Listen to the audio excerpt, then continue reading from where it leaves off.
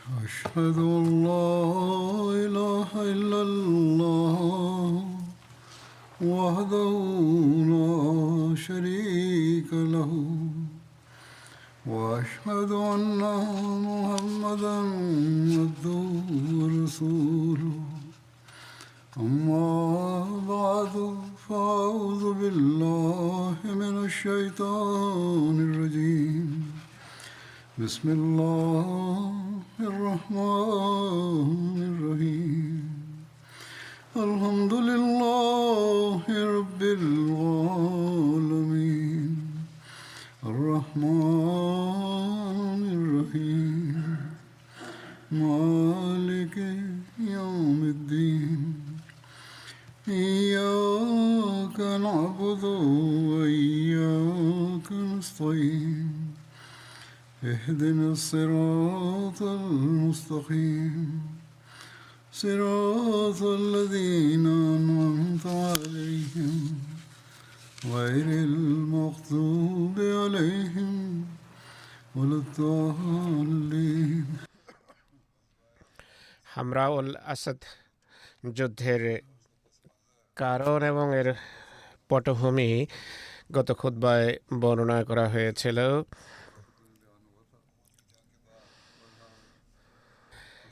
যা হোক, শত্রু যখন মক্কার উদ্দেশ্যে ফিরতে যাত্রা করে, তারা পথে মধ্য থেকে পুনরায় ফিরে এসে মদিনায় হামলা করার ষড়যন্ত্র করে এবং এই সম্পর্কে যখন মহানবী তাদের ষড়যন্ত্র সম্পর্কে অবহিত হন, তখন আবু বকর এবং ওমরকে ডেকে তিনি মাজানি সাহাবীর কথা তাদেরকে অবহিত করেন। হযরত আবু বকর এবং ওমর উভয়ই বলেন যে, হে আল্লাহ রাসূল সাল্লাল্লাহু আলাইহি ওয়াসাল্লাম, শত্রুর উদ্দেশ্যে যাত্রা করি যেন তারা আমাদের সন্তানদের উপর হামলা করতে না পারে। ফজরের নামাজের পর মহানবী সাল্লাল্লাহু আলাইহি ওয়াসাল্লাম লোকদেরকে ডেকে পাঠান এবং তিনি হযরত বেলালকে বলেন যে, ঘোষণা করো যে আল্লাহ রাসূল সাল্লাল্লাহু আলাইহি ওয়াসাল্লাম তোমাদেরকে শত্রুর মোকাবেলার জন্য বের হওয়ার নির্দেশ দিচ্ছেন, আর আমাদের সাথে কেবল তারাই যাবে যারা গতকাল যুদ্ধে অংশ নিয়েছে, অর্থাৎ ওহদের যুদ্ধে যারা অংশগ্রহণ করেছে কেবল তারাই সাথে যাবে।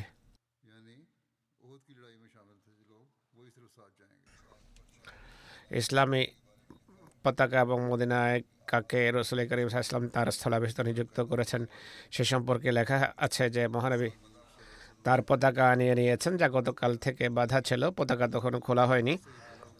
হুজুর সাল্লাল্লাহু আলাইহি ওয়াসাল্লাম সেই পতাকা হযরত আলীর হাতে তুলে দেন। এক জায়গায় এটিও বলা হয়েছে যে তিনি হযরত আবু বকরকে দিয়েছিলেন পতাকা। এই যুদ্ধের যাওয়ার প্রাক্কালে মহানবী সাল্লাল্লাহু আলাইহি ওয়াসাল্লাম হযরত ইবনে উম্মে মাকতুমকে তার নায়েব বা স্থলাভিষিক্ত নিযুক্ত করেন। জীবনীকার লিখেছেন যে হুজুর সাল্লাল্লাহু আলাইহি ওয়াসাল্লাম শত্রুর পিছু ধাওয়ার উদ্দেশ্যে বের হওয়ার সিদ্ধান্তটি ছিল খুবই বুদ্ধিমত্তা প্রসূত। বিস্তারিত বিবরণ হলো, মুনাফিকদের মতে ওহদের যুদ্ধে ৭০ ব্যক্তির শাহাদাতের পর একান্ত পরবর্তী দিন শত্রুর পিছু ধাওয়ার উদ্দেশ্যে অতিরিক্ত কোনো জনশক্তি সাথে নিয়ে না যাওয়া খুবই বিপজ্জনক একটি সিদ্ধান্ত ছিল। কিন্তু পরবর্তী পরিস্থিতি প্রমাণ করেছে যে মহানবীর এই সিদ্ধান্ত খুবই বুদ্ধিমত্তা সম্পন্ন এক সিদ্ধান্ত ছিল, যার ফলে মুসলমানরা প্রভূত কল্যাণের ভাগী হয়েছে। তিনি সাল্লাল্লাহু আলাইহি সাল্লাম পুরো রাত যুদ্ধের ফলে সৃষ্ট পরিস্থিতি সম্পর্কে চিন্তা প্রণিধান করেন। তার আশঙ্কা ছিল ওহদ থেকে মক্কাগামী মুশরিক যদি চিন্তা করে যে রণক্ষেত্রে আমাদের পাল্লা ভারী হওয়া সত্ত্বেও আমরা সেই পরিস্থিতি লুফে নিতে পারিনি, আর এটি ভাবলে অবশ্যই তাদের অনুশোচনা হবে, তারা পথ থেকে ফিরে এসে আবার হামলা করবে। এই কারণে তিনি সর্বোত্তম রণকৌশল অবলম্বন করত শত্রুর পিছে ধাওয়ার সিদ্ধান্ত নেন। এই সিদ্ধান্ত মোমেন মুজাহিদদের মনোবল দৃঢ় করে আর শত্রুদের বা মুনাফিকদের হৃদয়ে মহানবীর সংকল্প এবং বিশ্বাস সম্পর্কে এক ভীতি সঞ্চার করেন। তৃতীয় বিষয় হলো, শত্রু যখন জানতে পারে যে ইসলামী বাহিনী তাদের পিছু ধাওয়ায় বেরিয়েছে, তখন তাদের মনোবলের নেব প্রদীপও সম্পূর্ণভাবে নেভে যায়। এটি জীবনীকারের একটা মন্তব্য। মুনাফিক সর্দার আবদুল্লাহ বিন ওবাই বিন সলুলও সাথে যাওয়ার অনুমতি প্রার্থনা করে।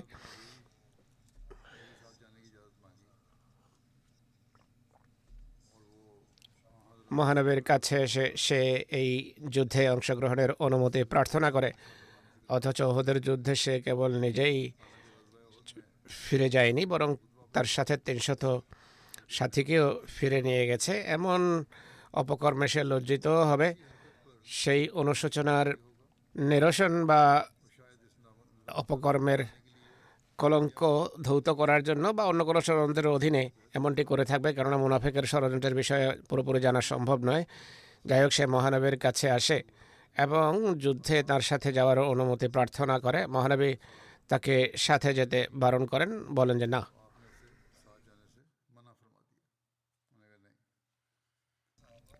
আহত সাহাবি যারা ভয়াবহ আঘাত পেয়েছিলেন এ যুদ্ধে, মারাত্মকভাবে আহত ক্ষতবিক্ষত হওয়া সত্ত্বেও মহানবী ইসলামের নির্দেশ পালনের কি অসাধারণ দৃষ্টান্ত তিনি দেখিয়েছেন, সেই সম্পর্কে লেখা আছে যে হুজুর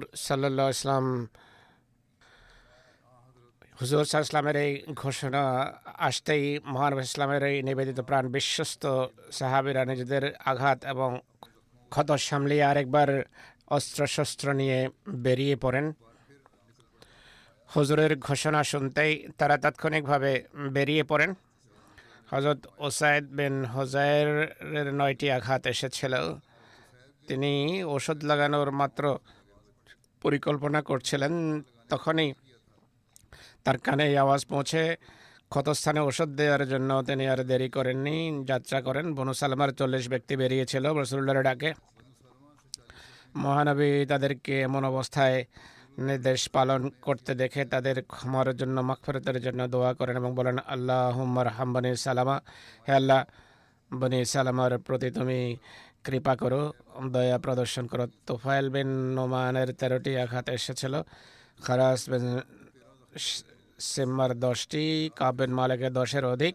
উকবা বিন আমেরের 9টি আঘাত এসেছিল, 9 জায়গায় জখম হয়েছিল, কিন্তু তার সত্ত্বেও মুসলমান ঘোষণা শুনতেই অস্ত্রের দিকে ছুটে যায় এবং ক্ষতস্থানে মলম লাগানোর জন্য দেরি করেননি। আল্লাহ তাআলা মহানবী সাল্লাল্লাহু আলাইহি সাল্লামের এই অতুলনীয় আন্তরিকতার কথা তার কিতাবে সংরক্ষণ করেছেন, যেন কিয়ামত পর্যন্ত আগত সকল প্রজন্ম তাদের প্রতি ভালোবাসার ফুল নিবেদন করতে পারে। আল্লাহ তাআলা বলছেন, আল্লাযিনা ইসতাজাবু লিল্লাহি ওয়া লিরাসূলিহি মিন বাদি মা আসাবাহুমুল কারহ,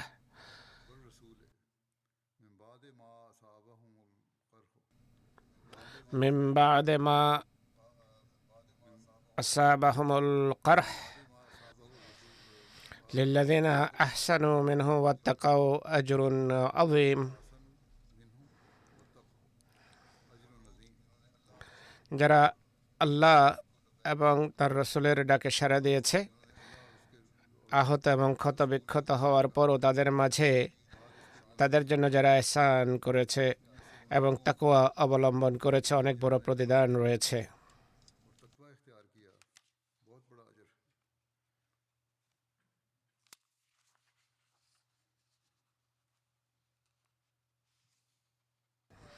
হযরত আয়েশা রাদিয়াল্লাহু তাআলা আনহা বলতেন, এই আয়াতের একটি সত্যায়ন স্থল হযরত আবু বকর এবং হযরত জুবাইর বিন আল আওয়াম রাদিয়াল্লাহু তাআলা আনহু। হযরত জাবের বিন আব্দুল্লাহর সাথে যাওয়ার অনুমতি সংক্রান্ত উল্লেখ দেখা যায়। মহানবীর পক্ষ থেকে ঘোষণা করা হয়েছিল, এই অভিযানে শুধু তারাই সাথে যাবে যারা ওহুদের যুদ্ধে অংশ নিয়েছিল, এবং পুঙ্খানুপুঙ্খরূপে এই অনুসারেই কাজ করা হয়েছে। কিন্তু এক সৌভাগ্যবান সাহাবী এমনও ছিলেন যিনি ওহদের যুদ্ধে অংশগ্রহণ করেননি, কিন্তু তাকে সাথে যাওয়ার অনুমতি দেওয়া হয়েছিল।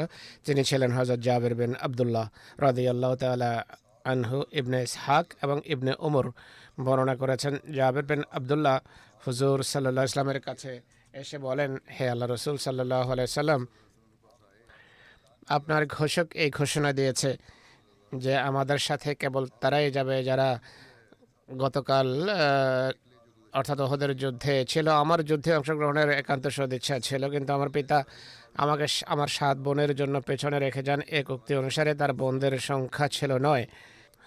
যাই হোক, আমার পিতা বলেন, হে আমার প্রিয় পুত্র, আমাদের দুজনের জন্য সমীচীন হবে না যে এই সমস্ত মহিলাদের কোনো পুরুষের অবলম্বন ছাড়া ছেড়ে যাই।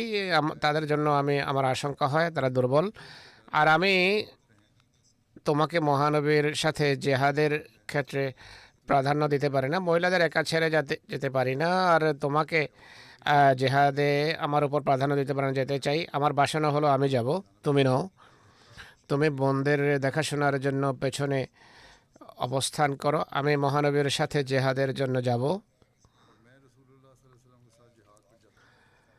তিনি বলেন, আমার পিতার এই নির্দেশের অনুবর্তিতায় গতকাল জেহাদে অংশগ্রহণ করতে পারিনি, নতুবা আমার জেহাদে অংশগ্রহণের পুরো আন্তরিকতা ছিল। জাবেরের ভালোবাসায় সিক্ত এই কথা শুনে হুজুর সাল্লাল্লাহু তাকে সাথে যাওয়ার অনুমতি প্রদান করেন। পরবর্তীতে হযরত জাবের রাদিয়াল্লাহু তাআলা আনহু গর্বের সাথে বলতেন, আমি ছাড়া মহানবীর সাথে এমন কোনো ব্যক্তি যায়নি যে বিগত দিনের জেহাদে অংশগ্রহণ করেনি।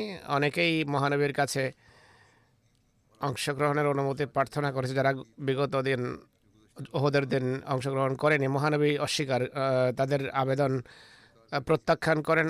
হুজুর সাল্লাল্লাহু যখন যাত্রা করেন, তার পবিত্র চেহারা ক্ষতবিক্ষত ছিল, তার পবিত্র কপাল ক্ষতবিক্ষত ছিল, পবিত্র দাঁত ভেঙে গিয়ে ভাঙা ছিল, নিচের ঠোঁট বা কোনো কোনো রয়েত ছিল উভয় ঠোঁট ভিতর থেকে ছিল ক্ষতবিক্ষত, ডান কাঁধ ইবনে কামেয়ার আঘাতে ছিল ক্ষতবিক্ষত, উভয় হাঁটুও ছিল রক্তে রঞ্জিত। মহানবী প্রথমে মসজিদে যান, সেখানে 2 রাকাত নামাজ পড়েন, মানুষ সেখানে সমবেত ছিল। এরপর হুজুর তার ঘোড়া মসজিদের দরজায় আনিয়ে নেন। ঘোড়ার নাম ছিল সখ্ত। এ যুদ্ধে শুধু মহানবীর কাছে ঘোড়া ছিল। হুজুর যখন যাত্রা করেন, তিনি সাল্লাল্লাহু আলাইহি ওয়াসাল্লাম তার বর্ম এবং হেলমেট পরে রেখেছিলেন, শুধু মহানবীর পবিত্র চোখ দৃশ্যমান ছিল। তালহা বিন ওবায়দুল্লাহর সাথে মহানবীর তখন দেখা হয়। হুজুর তাকে জিজ্ঞেস করেন, তালহা, তোমার অস্ত্রশস্ত্র কোথায়? হযরত তালহা বলেন, পাশে রাখা আছে। এটি বলে তিনি ছুটে যান, তারা অস্ত্রশস্ত্র নিয়ে ছুটে আসেন। অথচ তালহার শুধু বুকেই ওহদের যুদ্ধের 9টি আঘাত ছিল, তার শরীরে 70-এর অধিক আঘাত এবং ক্ষতস্থান ছিল। হযরত তালহা বলেন, আমি আমার ক্ষত এবং আঘাত থেকে মহানবীর ক্ষত এবং আঘাত সম্পর্কে বেশি চিন্তিত ছিলাম। হুজুর আমার কাছে আসেন, জিজ্ঞেস করেন, শত্রু কোথায় বলে মনে করো তুমি? তোমার কি ধারণা আবু সুফিয়ান এবং তার সেনাবাহিনী কোন জায়গায় হবে? আমি বলি যে নিম্নভূমির দিকে হবে। মহানবী সাল্লাল্লাহু আলাইহি ওয়াসাল্লাম বললেন যে আমারও একই ধারণা। এরপর তিনি সাল্লাল্লাহু আলাইহি সাল্লাম বলেন, কুরাইশ ভবিষ্যতে আমাদের সাথে এমন ব্যবহার করার সুযোগ পাবে না যতক্ষণ না মক্কা আমাদের হাতে আল্লাহ তাআলার কৃপায় বিজিত হয়, বা যতক্ষণ না আমরা মক্কা জয় করি। এক রায়াত অনুসারে মহানবী সাল্লাল্লাহু আলাইহি ওয়াসাল্লাম হযরত ওমরকে বলেন যে, হে ইবনে খাত্তাব, ভবিষ্যতে কখনো কুরাইশ আমাদের সাথে এমন আচরণ করার সুযোগ পাবে না যতক্ষণ না আমরা হজরে আসওয়াদের চুমু খাই। সাবেদ বিন সালেবা খজরজি হামরাউল আসাদ পর্যন্ত মহানবী সাল্লাল্লাহু আলাইহি সাল্লামকে বাতলে দেয়। অন্য রওয়ায়াত অনুসারে সাবেদ বিন জেহাক পথ দেখিয়েছে মহানবী সাল্লাল্লাহু আলাইহি সাল্লামকে। দুটো ভিন্ন ভিন্ন রওয়ায়াত এগুলো। হুজুর সাল্লাল্লাহু আলাইহি সাল্লাম তখন 2 জন সাথীকে খবর আনার জন্য আগে পাঠিয়ে দেন। এর বিস্তারিত বিবরণ হলো, মহানবী সাল্লাল্লাহু আলাইহি সাল্লাম আসলাম গোত্রের একটি শাখা বনি সাহামের সুফিয়ানের দুই ব্যক্তি সলিদ এবং নোমানকে খবর আনার জন্য আগে পাঠিয়ে দেন। তৃতীয় ব্যক্তি আসলাম গোত্রের অন্য শাখা বনু ওগায়ের ছিল, যে যাকে তাদের সাথে পাঠানো হয়, তার নাম উল্লেখ করা হয়নি। তাদের দুজন হামরাউল আসাদ নামক স্থানে কুরাইশের অবস্থানস্থলে গিয়ে পৌঁছে কুরাইশ তাদের দুজনকেই দেখে দুজনকে হত্যা করে। মহানবী সাল্লাল্লাহু আলাইহি সাল্লাম তার সাথীদের সাথে যখন যাত্রা করেন এবং হামরাউল আসাদে পৌঁছে যাত্রা বিরতি দেন, তাদের দুজনকে একই কবরে কবরস্থ করেন।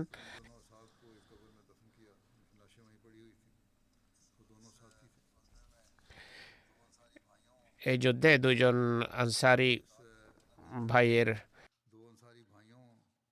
আনুগত্যের দৃষ্টান্ত লক্ষণীয়। আহত অবস্থায়ও তারা পায়ে হেঁটে সেখানে পৌঁছান। বিস্তারিত বিবরণ হলো, আবদুল্লাহ বিন সাহাল, হযরত রাফে বিন সাহাল ছিলেন দুই ভাই যারা বনু আব্দুল আশাল গোত্রের সদস্য ছিলেন। ওহদের যুদ্ধ থেকে তারা ভয়াবহ জখম এবং ক্ষতবিক্ষত অবস্থায় ফিরে আসেন। হযরত আবদুল্লাহ বেশি ক্ষতবিক্ষত ছিলেন। উভয় ভাই যখন মহানবীর পক্ষ থেকে হামরাউল আসাদের দিকে যাত্রা এবং হামরাউল আসাদের যুদ্ধে অংশগ্রহণ সংক্রান্ত তার নির্দেশ দেন, তারা পরস্পরকে বলেন, খোদার কসম, মহানবী ইসলামের সাথে যদি আমরা যুদ্ধে অংশ নিতে না পারি, এটি অনেক বড় একটি বঞ্চনা হবে। এ ছিল তাদের ঈমান।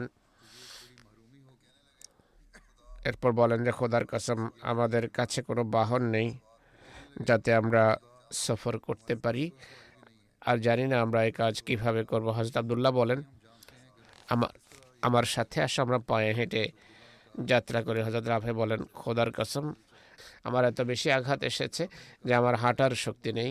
এ ছিল অবস্থা। তার ভাই বলেন, চলো আমরা ধীরে ধীরে অগ্রসর হই আর মহানবী সাল্লাল্লাহু আলাইহি ওয়াসাল্লামের কাছে গিয়ে পৌঁছি।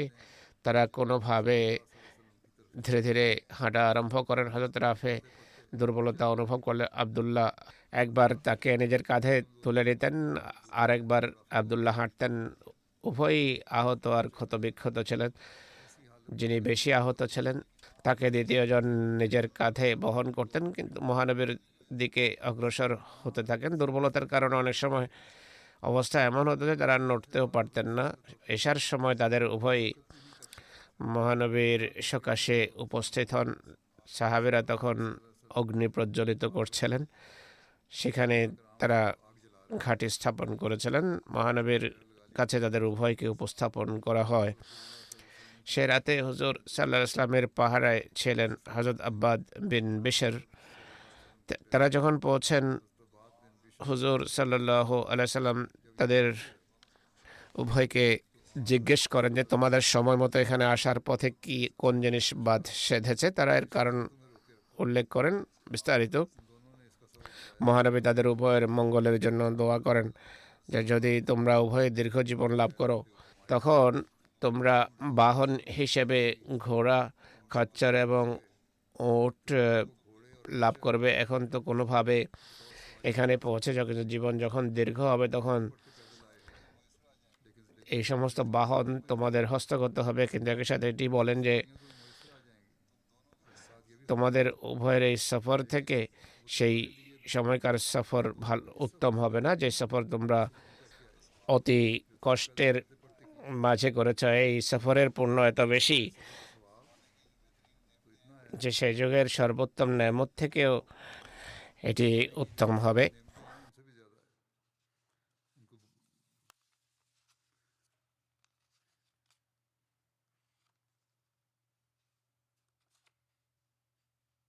এটিও বলা হয় যে এই ঘটনা হযরত আনাস এবং মুনাসের সাথে ঘটেছে, যারা হযরত তালহার সন্তান ছিলেন। হয়তো উভয়ের সাথে এমন ঘটনা ঘটে থাকবে। এরপর উল্লেখ করা হবে মুসলমানদের পাথেয় এবং সাদ বিন ওবাদার উদারতার কথা। বিস্তারিত বিবরণ হলো, জাবের বিন আবদুল্লাহ বর্ণনা করেন, হামরাউল আসাদ যুদ্ধে আমাদের পাথেয় ছিল খেজুর, মূল খাদ্য ছিল খেজুর। হযরত সাদ বিন ওবাদা 30টি উট এবং খেজুর এনেছেন, যা হামরাউল আসাদ পর্যন্ত আমাদের জন্য যথেষ্ট ছিল। রওয়ায়াতকারী বলেন যে তিনি উট নিয়ে এসেছেন, যেগুলোর কোনোদিন দুটো আর কোনোদিন তিনটি জবাই করা হতো। উট অর্থাৎ খেজুরের পাশাপাশি উটের মাংস খাওয়া হতো।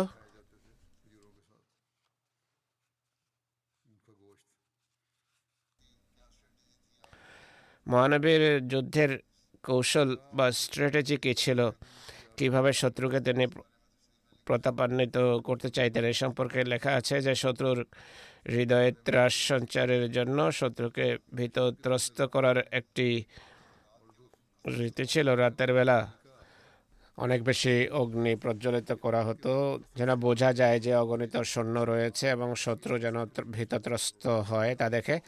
মহানবী যেখানে অবস্থান করতেন রাতের বেলা সাহাবীদের বলতেন যে তোমরা চতুর্দিকে ছড়িয়ে গিয়ে পৃথক পৃথক আগুন জ্বালাও। প্রত্যেকেই পৃথক পৃথক জায়গায় আগুন জ্বালিয়েছে, 500 জায়গায় আগুন প্রজ্বলিত করা হয় এবং দূর থেকে সেই আগুন দেখা যেত। আর মুসলমানদের এই আগুনের কথা দূর দূরান্তে ছড়িয়ে পড়ে, আর এর মাধ্যমে আল্লাহ তাআলা শত্রুকে ত্রস্ত করেন।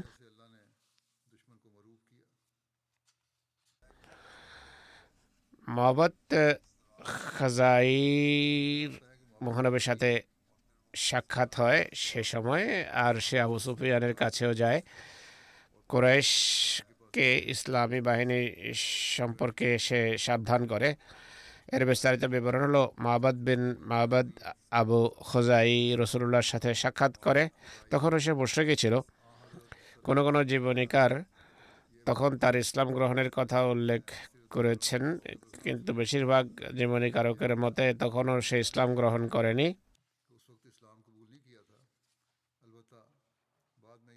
অবশ্য পরবর্তীতে সে মুসলমান হয়েছিল। বনু খুজার মোমেনেরা তো অবশ্যই মুশরিকরা মহানবীর প্রতি আন্তরিকতা প্রদর্শন করত। গোত্রের অনেকেই ঈমান এনেছিল, তাদের মাঝে নিষ্ঠাও ছিল। মহানবীকে তারা প্রতিশ্রুতি দিয়েছিল যে মহানবীর কাছে তারা কোনো কিছু গোপন রাখবে না।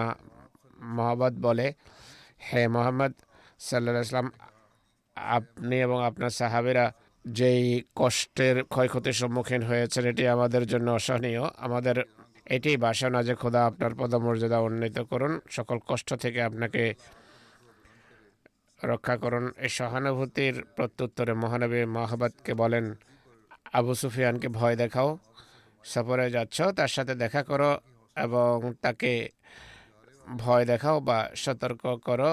কিভাবে তা করতে হবে তাও তিনি বাতলে দিয়েছেন। এরপর মহাবত সেখান থেকে মক্কার উদ্দেশ্যে যাত্রা করে। মহানবী হামরাউল আসাদেই অবস্থান করছিলেন। রোহা নামক স্থানে সে আবু সুফিয়ান এবং তার সাথীদের সাথে সাক্ষাৎ করে। রোহা মদিনা থেকে প্রায় 40 মাইল দূরে অবস্থিত একটি জায়গা।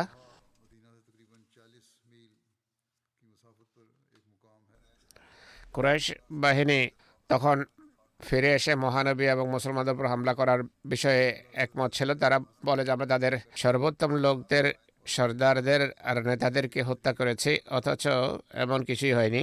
হজরত হামজা সহ কয়েকজন নাম এমন উল্লেখ করা যায় যারা শাহাদাত বরণ করেছেন। নতুবা মহানবী সহ হজরত আবু বকর রাদিয়াল্লাহু আনহু, হজরত ওমর, হজরত ওসমান রাদিয়াল্লাহু আনহু, হজরত আলী রাদিয়াল্লাহু তাআলা আনহুম, পাশাপাশি বেশ কয়েক ডজন প্রসিদ্ধ সর্দার এবং নেতারা উহুদের যুদ্ধে নিরাপদ ছিলেন। আবার কাফেররা বলে যে আমরা মুসলমানদেরকে নির্মূল না করেই ফিরে এসেছি, এখন তাদের বাকি লোকদেরকে গিয়ে আমরা ধ্বংস করব।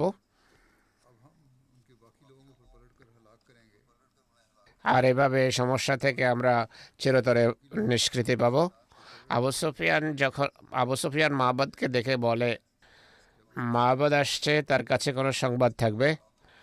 সে জিজ্ঞেস করে, মাবাদ খবরাখবর কি, কি দেখে এসেছো পেছনে? সে আবু সুফিয়ানকে ভয় দেখায় এবং বলে যে আমি মোহাম্মদ সাল্লাল্লাহু আলাইহি ওয়াসাল্লাম তার সাথীদেরকে যে অবস্থায় রেখে এসেছি তা হলো এক বিশাল বাহিনী নিয়ে তারা তোমাদের পিছু ধাওয়ার জন্য বেরিয়েছে। এত বড় বাহিনী এর পূর্বে দেখেনি। অস ও খজরজের যারা গতকাল যুদ্ধে অংশগ্রহণ করেনি তারাও এসে যোগ দিয়েছে। নিজের পক্ষ থেকে সেই কিছু কাহিনী জুড়ে দিয়েছে এবং তারা অঙ্গীকার করেছে যে যতক্ষণ তোমাদেরকে পাকড়াও না করে আর প্রতিশোধ না নিয়ে ফিরে যাবে না। তারা নিজের জাতির কারণে খুবই রাগান্বিত, নিজেদের আচরণে তারা অনুতপ্ত যে গতকাল তারা অংশগ্রহণ করেনি তাদের বিরুদ্ধে, তোমাদের বিরুদ্ধে তাদের মাঝে ভয়াবহ ক্ষোভ আমি লক্ষ্য করেছি, এমন ক্ষোভ যা পূর্বে কখনো দেখেনি। আবু সুফিয়ান বলে, তুই ধ্বংস হও। কী বলছো? সে বলে, মনে হয় তুমি এখান থেকে ততক্ষণ ফিরে যাবে না যতক্ষণ ঘোড়ার কপাল না দেখবে। আবু সুফিয়ান, এটি তাদের একটা কথা বলার রীতি যে কোথাও ধ্বংস না হয়ে যাও। আবু সুফিয়ান বলে যে আমরা তো জয়যুক্ত হয়ে তাদেরকে সবল উৎপাটনের সংকল্প করে রেখেছি। মাবুদ বলে যে আমি তোকে বাধা দিচ্ছি, যে ভয়াবহ দৃশ্য আমি দেখে এসেছি তা আমাকে পংক্তি বা কবিতা বলতে বাধ্য করেছে। আবু সুফিয়ান জানতে চায় সেই পংক্তিগুলো কি কি। मोहब्बत ने ये अशार कहे, कादत तो हद्दा मिनल अस्वात राहिलती इस सालत अर्जो बिलजुर्दिल अवाबील तर्दी बुस्दिन किरामिन ला तनाविल इंदल लिकाए वलामिलिन मुआजी फजल तो अदमन अजुन्नुल अर्जा में आलत लम समा रईसन गैर मखदूल फ़कुल तो वैल हरबिन मिन लिकाएकुम इस तख्तमतिल वथाओ बिल जील इन्नी नज़ीरुं लियाहल बसले ज़ाहिया लिकुल्ल ज़ीन इरबतिन मिनहु व माकूल मिन जैश अहमद ला व खशिन तनाबिला वलैसा यूसुफ মাটিতে যখন উন্নত জাতের ঘোড়া দলে দলে ছুটতে থাকে, সেগুলোর খুরের শব্দে আমার ওঁট ভয়ে দোদুল্যমান হতে থাকে, পড়ে যাওয়ার উপক্রম হয়। শুধু একটি ঘোড়াই ছিল, কিন্তু এ ব্যক্তি তার কবিতায় অতিরঞ্জনের আশ্রয় নিয়েছে আর বলে যে সেটি আমাদেরকে ভীতত্রস্ত করে তোলে। এসব ঘোড়া এমন সিংহের মতো সাহসী যোদ্ধাদের বহন করছিল যারা খর্বকায় ছিল না আর খালি হাতেও ছিল না, আর ঘোড় পরিচালনায়ও অনেক দক্ষ, অর্থাৎ যুদ্ধে খুব দক্ষ, তীর তরবারিতে সজ্জিত, যুগে অনন্য মানুষ। তখন আমি সংবাদ দেওয়ার জন্য দ্রুত ছুটে যাই, আর আমার এমন মনে হচ্ছিল সারা পৃথিবী যেন সেসব ঘোড়ার সামনে বিনত হচ্ছে, যাতে সেই মহান জেনারেল আরোহিত ছিল যারা সৈন্য সামন্ত এবং অস্ত্রশস্ত্রে সজ্জিত হয়ে ছুটে আসছে। আমি মনে মনে বলি, হে সেনাবাহিনী ইবনে হারবের ধ্বংস নিহিত তোমাদের সাথে যুদ্ধের মাঝে। যখন রণক্ষেত্র সেনাবাহিনীর আওয়াজে ফেটে যাওয়ার উপক্রম হবে, আমি প্রত্যেক বুদ্ধিমান কোরাইশকে মোহাম্মদ সাল্লাল্লাহু আলাইহি সাল্লামের এই মহান বাহিনীর বিষয়ে সতর্ক করছি, যার বাহিনী অকর্মণ্য লোকদের সমন্বয়ে গঠিত নয়। এই সেনাবাহিনী যে কতটা ত্রাস সঞ্চার করেছে তা ভাষায় বর্ণনা করা সম্ভব নয়। মহাবাদের এই স্নায়ু বিধ্বংসী আলোচনা, এসব কবিতার প্রভাব এবং মাইয়ার পরামর্শে আবু সুফিয়ান এবং তার সাথীদের মনোবল ভেঙে যায়, তাদের উপর ত্রাস ছেয়ে যায়। আবু সুফিয়ান এটি মনে করে যত দ্রুত সম্ভব মক্কা বাহিনী নিয়ে মক্কায় ফিরে যাওয়ার মাঝেই কল্যাণ নিহিত।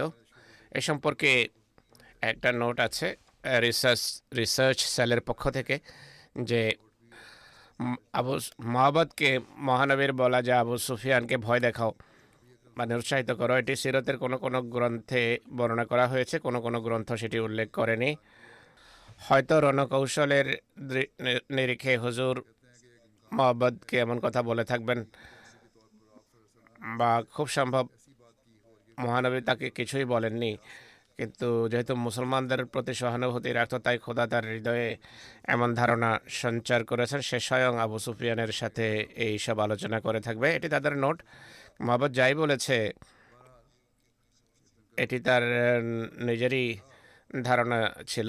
মহানবী তাকে কোনো অবাস্তব এবং ভিত্তিহীন কথা বলেননি। সে যেভাবে ভয় দেখিয়েছে, চিত্র অঙ্কন করেছে, তাতে কাফের ভয় পেয়ে যায়। মুশরিক বাহিনী মক্কায় ফিরে যাওয়ার প্রস্তুতিতে ব্যস্ত ছিল। আবু সুফিয়ানের পাশ ঘেঁষে আব্দুল কায়েসের একটা কাফেলা যায়, যারা সেখানে ঘাঁটি স্থাপন করেছিল। সে জিজ্ঞেস করে, কোথায় যাচ্ছ? তারা বলে, মদিনা যাচ্ছি। আবু সুফিয়ান শুধু অপপ্রচারমূলকভাবে নিজের পক্ষ থেকে একটা মনস্তাত্ত্বিক ব্যর্থ হামলা করে বা করতে চায়। তা হলো, তুমি কি আমার পক্ষ থেকে মোহাম্মদকে সাল্লাল্লাহু আলাইহি সাল্লামকে বার্তা দেবে? সে বলে যে আমি উকাজের মেলায় কিশমিশ বোঝায় ওট দেবো। সে বলে হ্যাঁ। তখন আবু সুফিয়ান বলে যে মোহাম্মদ সাল্লামের সাথে যখন দেখা হয় তাকে বলো আমরা মোহাম্মদ সাল্লাম এবং তার সাথীদেরকে ধ্বংস করার জন্য আসার ব্যাপারে একমত হয়েছে, যেন বাকি জীবিত লোকদেরকে মূল থেকে উৎপাটন করতে পারে। আমরা মুসলমানদের পিছু ধাওয়া করছে, এটি বলে সে মক্কার উদ্দেশ্যে যাত্রা করে। সেই কাফেলা হামরাউল আসওয়াদ নামক স্থানে মহানবীর সাথে দেখা করে। আবু সুফিয়ান এবং তার সাথীরা মহানবী সম্পর্কে যা বলেছিল আব্দুল কায়েস তা মহানবীকে অবহিত করে। তিনি শুনে বলেন হাসবুনাল্লাহ ওয়া নি'মাল ওয়াকিল, অর্থাৎ আমাদের জন্য আল্লাহ যথেষ্ট। তিনি কত উত্তম কার্যবিধায়ক বা কত উত্তম কর্মবিধায়ক। হামরাউল আসওয়াদে কিছুকাল অবস্থানের পর ইসলামী বাহিনী মদিনায় ফিরে আসে, কেননা মক্কার কাফেলা মক্কায় ফিরে গিয়েছে। এর বিস্তারিত আলোচনার লেখা আছে যে মাবাদ খোজাইয়ের কথা শুনে আবু সুফিয়ান মক্কায় যাওয়ার ইচ্ছা পরিত্যাগ করে আর মক্কার উদ্দেশ্যে যাত্রা করে। মাবাদ এক ব্যক্তির মাধ্যমে আবু সুফিয়ানের যাত্রার সংবাদ মহানবীকে পৌঁছিয়ে দেয়। হুজুর সাল্লাল্লাহু আলাইহি সাল্লাম সোম, মঙ্গল এবং বুধবার পর্যন্ত হামরাউল আসওয়াদে অবস্থান করেন। এরপর তিনি মদিনা ফিরে আসেন। বালাজরি বর্ণনা করেছে যে তিনি ইসলাম এই যাত্রায় মদিনা থেকে 5 দিন বাইরে ছিলেন। এক রওয়ায়াত অনুসারে হুজুর সাল্লাল্লাহু আলাইহি সাল্লাম জুমার দিন মদিনায় ফিরে আসেন আর 5 দিন মদিনার বাইরে অবস্থান করেন। হযরত আবু উবাইদা বলেন হুজুর সাল্লাল্লাহু আলাইহি সাল্লাম মদিনায় ফিরে আসার পূর্বে মুয়াবিয়া বিন মুগীরাকে গ্রেফতার করে রেখেছিলেন। মুয়াবিয়া বিন মুগীরা আব্দুল মালিক বিন মারওয়ানের নানা ছিল। মুয়াবিয়া ছাড়াও আবু আজ্জা জমুহিকেও গ্রেফতার করেছিলেন। মুয়াবিয়া বিন মুগীরা সম্পর্কে রওয়ায়েতে রয়েছে হযরত যায়েদ বিন হারসা এবং হযরত আম্মার বিন ইয়াসের মুয়াবিয়াকে হামরাউল আসওয়াদ থেকে ফেরার পথে হত্যা করে। এর কারণ ছিল মুয়াবিয়া মদিনায় গোপনে বসবাস করছিল, মদিনার সংবাদ বিরোধীদেরকে অবহিত করত। যখন ধরা পড়ে হযরত ওসমানের আশ্রয় এসে যায়। হযরত ওসমান মহানবীর কাছে তার জন্য নিরাপত্তা চান। মহানবী তাকে আশ্রয় দেন, নিরাপত্তার নিশ্চয়তা দেন এবং বলেন সে 3 দিনের ভিতর যেন এখান থেকে বেরিয়ে যায়। 3 দিনের পর যদি তাকে এখানে পাওয়া যায় তাহলে হত্যা করা হবে, কিন্তু সে 3 দিনের পরও সেখানে অবস্থান করে গোপনে। হুজুর সাল্লাল্লাহু আলাইহি সাল্লাম তাদের উভয়কে অর্থাৎ যায়েদ বিন হারসা এবং আম্মার বিন ইয়াসিরকে বলেন তোমরা তাকে অমুক জায়গায় লুক্কায়িত অবস্থায় পাবে। তাদের উভয়ই তাকে সেখানে পান এবং হত্যা করেন। এইখানে হামরাউল আসাদে মহানবী সাল্লাল্লাহু আলাইহি ওয়াসাল্লাম মুশরিকদের কবি আবু উজ্জাকে গ্রেফতার করেছিলেন। এটি সেই আবু উজ্জা যে বদরের যুদ্ধে মুসলমানদের হাতে গ্রেফতার হয়।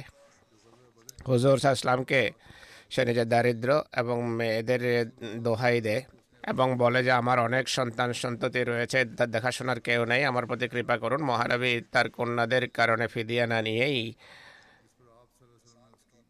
অনুগ্রহপূর্বক তাকে ছেড়ে দেন এবং আদায় করেছিলেন ভবিষ্যতে সে মহানবীর বিরুদ্ধে যুদ্ধের জন্য বের হবে না এবং সৈন্যবাহিনীও তার বিরুদ্ধে সমবেত করবে না আর মহানবীর বিরুদ্ধে কাউকে উত্তেজিত করবে না। কিন্তু সে অঙ্গীকার ভঙ্গ করে ওহুদের যুদ্ধে কুরাইশের সাথে যুদ্ধ করার জন্য ফিরে আসে। সে মানুষকে খেপাতো, নিজের কবিতার মাধ্যমে মানুষকে উত্তেজিত করত যে মহানবীর বিরুদ্ধে যুদ্ধ করো।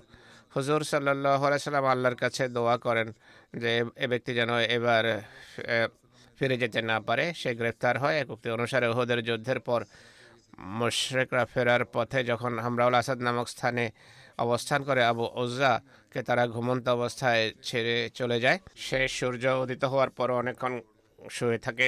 যে ব্যক্তি গ্রেফতার করেছেন তাকে তিনি ছিলেন হযরত আসিম বিন সাবিত। সেই একমাত্র মুশরিক ছিল যে এই যুদ্ধে গ্রেফতার হয়েছিল। অন্য উক্তি অনুসারে ওমর বিন আব্দুল্লাহ তাকে গ্রেফতার করেছিলেন। গ্রেফতারের পর আবু উজ্জাকে মহানবীর সামনে হাজির করা হয়। মহানবীকে দেখে সে বলে যে, হে মোহাম্মদ সাল্লাল্লাহু আলাইহি ওয়াসাল্লাম, আমাকে ছেড়ে দিন, এহসান করুন, আমার কন্যাদের খাতিরেই আমাকে মুক্তি দেন, আমি অঙ্গীকার করছি ভবিষ্যতে কখনো এমন অপকর্ম করব না। তিনি বলেন, না, খোদার কসম, তুমি এখন আর মক্কা দেখার সুযোগ পাবে না। এখন তুমি তোমার এই দাড়ি নিয়ে হাজরা আসওয়াদের কাছে বসে কথা বলার আর সুযোগ পাবে না যে আমি মোহাম্মদকে ধোঁকা দিয়ে এসেছি। এরপর তিনি হযরত যায়েদের প্রতি ইঙ্গিত করে তাকে তার শিরচ্ছেদের নির্দেশ দেন। অন্য রওয়ায়াত অনুসারে এই নির্দেশ দিয়েছিলেন হযরত আসিম বিন সাবিতকে। এরপর তিনি বলেন, মোমেন একই গর্ত থেকে দুবার দংশিত হয় না, অর্থাৎ একই ভুল দুইবার করে না। বাকি ইনশাল্লাহ ভবিষ্যতে বর্ণনা করব। পৃথিবীতে বিরাজমান পরিস্থিতির জন্য দোয়া অব্যাহত রাখুন। আল্লাহ তাআলা প্রত্যেক আহমদীকে সকল প্রকার অনিষ্ট থেকে রক্ষা করুন। এখন এক ব্যক্তির গায়েবানা জানাজা পড়াবো। তার নাম হলো জনাব ফরাজ আহমদ তাহের, যিনি অস্ট্রেলিয়াতে কয়েকদিন পূর্বে শাহাদত বরণ করেছেন। এটি তার জানাজা।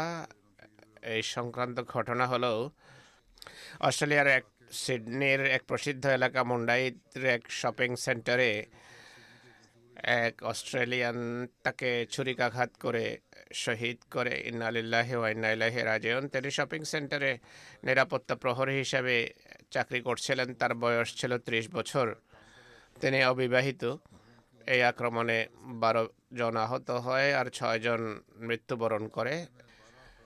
মৃতদের মাঝে 6 জন ছিল মহিলা।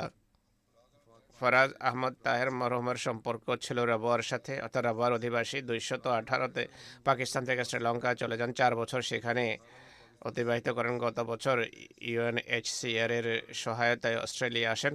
গত মাসে মরহুম সিকিউরিটি লাইসেন্স বানিয়েছেন। যেদিন মরহুমের মৃত্যু হয়, শপিং সেন্টারে দিনের বেলা তার ডিউটি ছিল। পূর্বে তিনি রাতের বেলা ডিউটি করতেন। সেদিন প্রথমবার দিনের বেলা ডিউটির জন্য আসেন। জনাব ফরাজ আহমদ তাহের মরহুম যখন মানুষকে ভীতত্রস্ত অবস্থায় এদিক সেদিক ছুটতে দেখেন, আক্রমণকারীকে বাধা দেওয়ার জন্য এগিয়ে আসেন। আক্রমণকারী মরহুমকে ছুরিকাঘাত করে। এটি মোক্ষম আঘাত ছিল। তিনি শাহাদত বরণ করেন এবং তিনি প্রথম ব্যক্তি যিনি শাহাদত বরণ করেছেন। তাদের বংশ আহমদীয়ত তার বড় দাদা জনাব মিয়া আহমদ সাহেবের মাধ্যমে আসে, যিনি শাহপুরের অধিবাসী ছিলেন। তার দাদা জনাব সুফি আহমদ ইয়ার সাহেব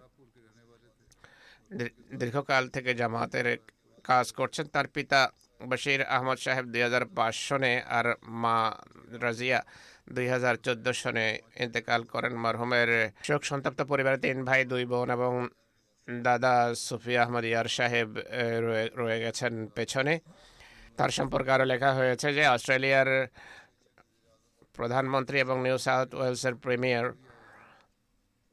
ফরাজ আহমদ তাহের সাহেবের বীরত্ব এবং তার কোরবানির জন্য সাধুবাদ জানিয়েছেন। অস্ট্রেলিয়ায় পাকিস্তানের যে হাই কমিশনার রয়েছেন, তিনিও ফরাজ আহমদ তাহেরের বীরত্বের জন্য সাধুবাদ জানান এবং সমবেদনা প্রকাশ করেছেন। সকল প্রকার সহযোগিতার নিশ্চয়তা দিয়েছেন। এই ঘটনা সম্পর্কে প্রচার মাধ্যমে 120-এর অধিক সংবাদ ছেপেছে এবং ছেপে চলেছে। আজকে জানাজা ছিল, তাতেও সেখানকার প্রধানমন্ত্রী এবং প্রিমিয়ার আসেন। পুনরায় তার এই কোরবানিকে তারা সাধুবাদ জানিয়েছে। সোশ্যাল মিডিয়ায় ফরাজ তাহের মরহুমের বীরত্ব এবং কোরবানির ঘটনা খুবই সুন্দর ভাষায় প্রকাশ করা হয়েছে। অধিকাংশ মানুষ তাকে জাতীয় বীর আখ্যায়িত করছে। তার এই কোরবানি থেকে বোঝা যায় যে পাকিস্তান থেকে মৃত্যুর ভয়ে তিনি আসেননি, বরং যে সমস্ত ধর্মীয় বিধিনিষেধ আহমদীদের উপর আরোপ করা হয় সেগুলোতে বীতশ্রদ্ধ হয়ে দেশ ছেড়েছেন, যেখানে তাদেরকে খোদা এবং রসুলের নাম নিতে দেয়া হয় না।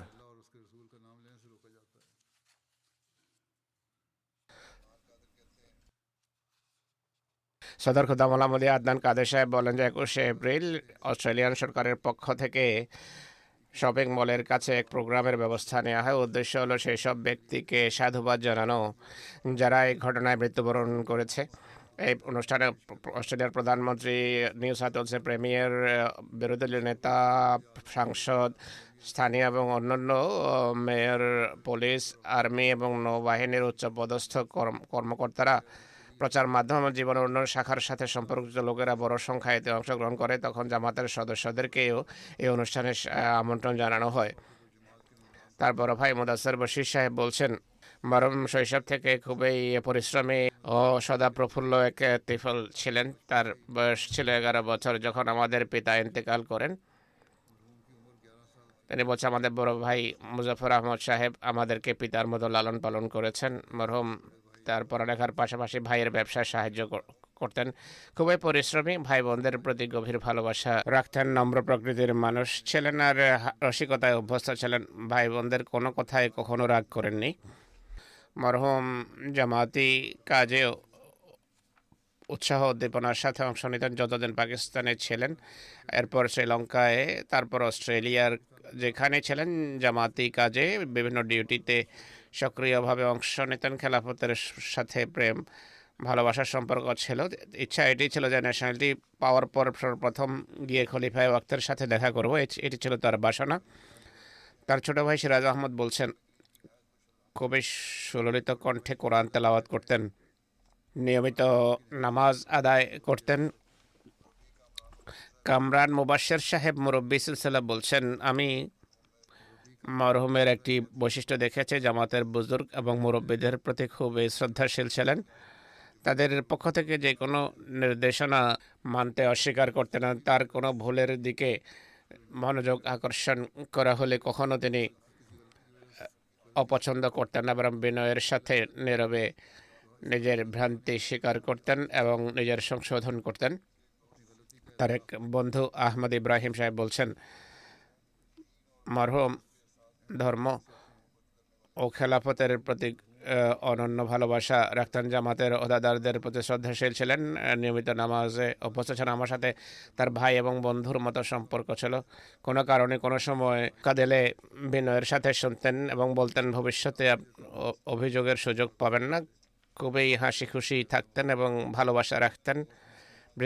ব্রিসবেন জামাতের প্রেসিডেন্ট সাহেব বলছেন, গত মাসে অর্থাৎ মার্চে 1 সপ্তাহের জন্য ব্রিসবেন আসেন। আর আসার কারণ এটি উল্লেখ করেন যে বন্ধুদের সাথে এবং সাথীদের সাথে দেখা করতে এসেছি। একই সাথে বলে যে কারো যদি কোনো অভিযোগ থাকে আমার বিরুদ্ধে, আমি মীমাংসা করতে এসেছি, ক্ষমা চাইতে আসি। বারবার ক্ষমা চাইতে থাকেন। আমার মনে হচ্ছিল যেন সবাইকে খুদা হাফেজ বলার জন্য এখানে এসেছেন। তার এক বন্ধু সাজার আহমদ বলছেন, খুবই পরিশ্রমী, সাহসী এবং দায়িত্ববোধ সম্পন্ন মানুষ ছিলেন। আহত অন্য নিরাপত্তারক্ষী বলেন, আক্রমণকারী ব্যক্তির শপিং সেন্টারে প্রবেশ করতেই তাকে দেখে অন্যরা ছুটতে থাকে। তিনি বীরত্ব প্রদর্শন করে তাকে বাধা দেওয়ার চেষ্টা করেন, তার সামনে গিয়ে দাঁড়িয়ে যান, অন্যের নিরাপত্তা নিশ্চিত করে নিজে মৃত্যুবরণ করেন। সোশ্যাল মিডিয়ায় মানুষ ফরাজ তাহের সাহেবকে সাধুবাদ জানাচ্ছেন। এক ব্যক্তির নাম হলো ক্রিস মার্ফি। তিনি তার মন্তব্যে লিখেছেন, আক্রমণের পূর্বে আমি ধবধবে পোশাক পরিহিত ব্যক্তি ফরাজ তাহেরকে দেখি, যে শপিং সেন্টারে নিজের দায়িত্বে নিয়োজিত ছিল, দায়িত্ব পালন করছিল। সে এক হিরো ছিল যে জনসাধারণের প্রাণ রক্ষার জন্য নিজের মৃত্যুকে সানন্দে বরণ করেছেন। এক ভদ্র মহিলা রেবেকা আয়ুর লিখছেন, ফরাজ তাহের নিজের দেশের নির্যাতন থেকে রক্ষা পাওয়ার জন্য, শান্তি এবং সুন্দর ভবিষ্যতের জন্য অস্ট্রেলিয়া আসেন।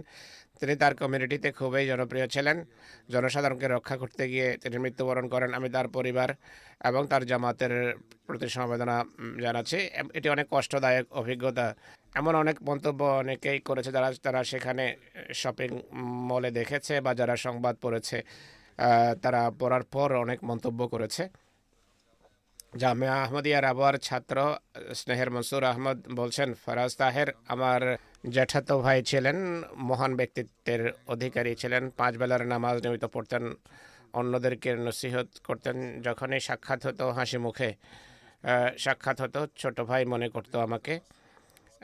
কোনো কথা বোঝাতে হলে স্নেহের সাথে বোঝাতেন। সবসময় দোয়ার জন্য বলতেন যে আমি আপনাদের জন্য দোয়া করি, আপনি আমার জন্য দোয়া করেন।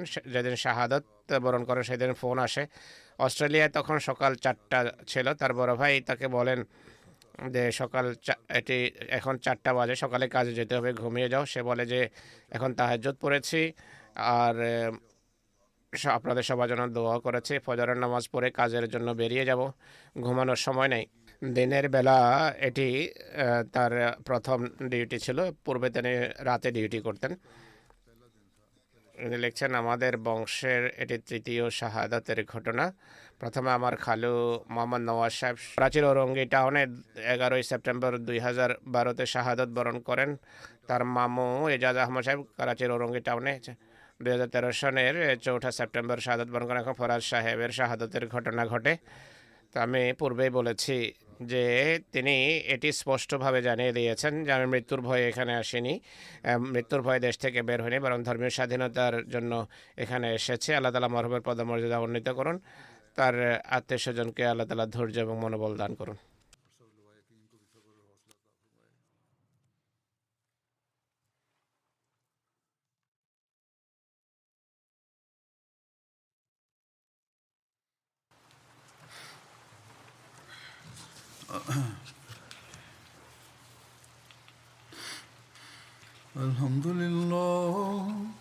الحمد لله نحمده ونستعينه ونستغفره ونؤمن به ونتوكل عليه ونعوذ بالله من شرور أنفسنا ومن سيئات أعمالنا من يهده الله فلا مضل له ومن يضلل فلا هادي له ونشهد أن لا إله إلا الله ونشهد أن محمدا عبده ورسوله عباد الله رحمكم الله إن الله يأمر بالعدل والإحسان وإيتاء ذي القربى وينهى عن الفحشاء والمنكر والبغي يعظكم لعلكم تذكرون اذكروا الله يذكركم وادعوه يستجب لكم ولذكر الله أكبر.